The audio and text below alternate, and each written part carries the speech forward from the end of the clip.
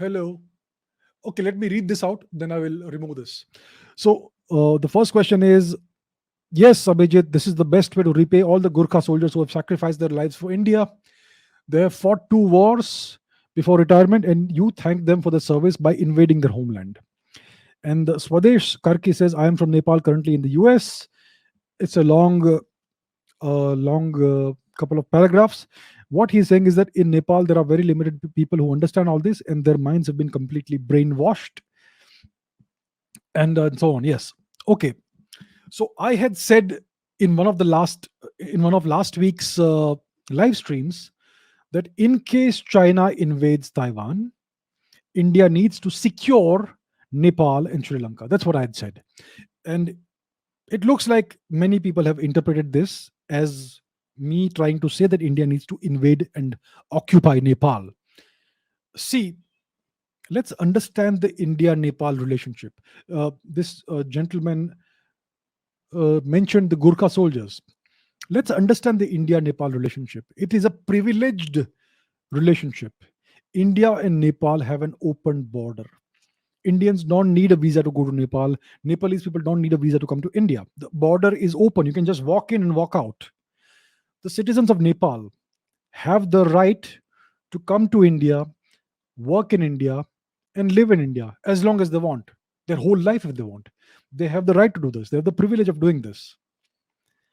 And the citizens of Nepal have the privilege, have the right to serve in the Indian armed forces, in the Indian army, in the defense of India.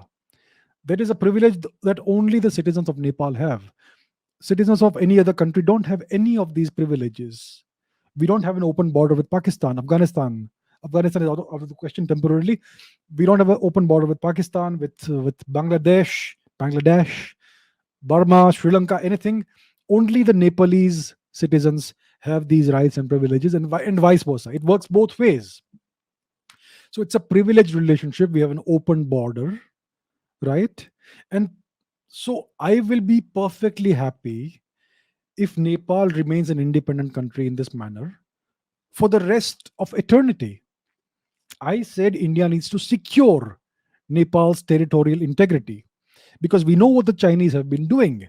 They have taken over the whole of Tibet. They are biting at Arunachal. They are taking bites out of Bhutan. They're taking bites out of all of their neighbors. They will, in the case of a conflict with India, try to use Nepalese territory to make incursions into India. They will not respect Nepal's territorial integrity or sovereignty.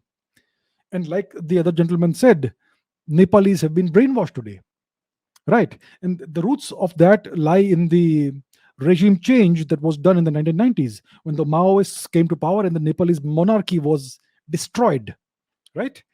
And after the Maoists came into power, the entire brainwashing of youngsters started. And today it looks like lots of Nepalese have a very strong anti-India sentiment. Let me tell you guys something, my Nepalese friends, in case you're watching. We are the same people. The Nepalese are the descendants of Lord Ram, Lord Krishna, right? And so are the Indians. I mean, I believe that one of the previous Nepalese prime ministers even tried to claim that Lord Ram was born in Nepal and so on. So we are the same people. Indians are the descendants of the Mauryans. So are the Nepalese. We're the same people. We have an open border. Let it remain the way it is. India doesn't have any ambitions to take away Nepal's sovereignty. I think Nepal has done very well. It has, in some ways, been able to preserve its culture better than India. I think it would be best if India doesn't dump socialism and secularism on Nepal, right? So India needs to secure Nepal's territorial integrity and sovereignty in case of any Chinese misadventure. That's all I was saying. And the same goes for Sri Lanka. Indians like to talk about these days about Akhand Bharat. Akhand Bharat doesn't need to be a single monolithic empire. It can be a confederation of allied states who all share the same culture and civilization. It doesn't mean that they have to be under one single political dispensation, right? So we can have a United States of Akhand Bharat with a number of independent sovereign states within them, but who all share the same culture and civilization in the long run, not today, tomorrow, next week.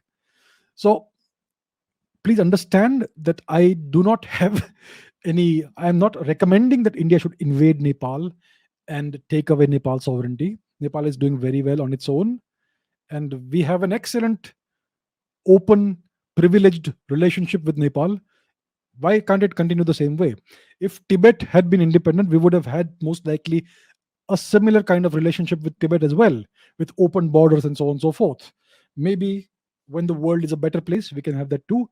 But please understand, my Nepalese friends, we have no ambitions of taking over Nepal. We just want Nepal to stay secure and sovereign and independent. And please understand this: China is not your friend. China is not the friend of the Nepalese people or the Nepalese nation. It's not.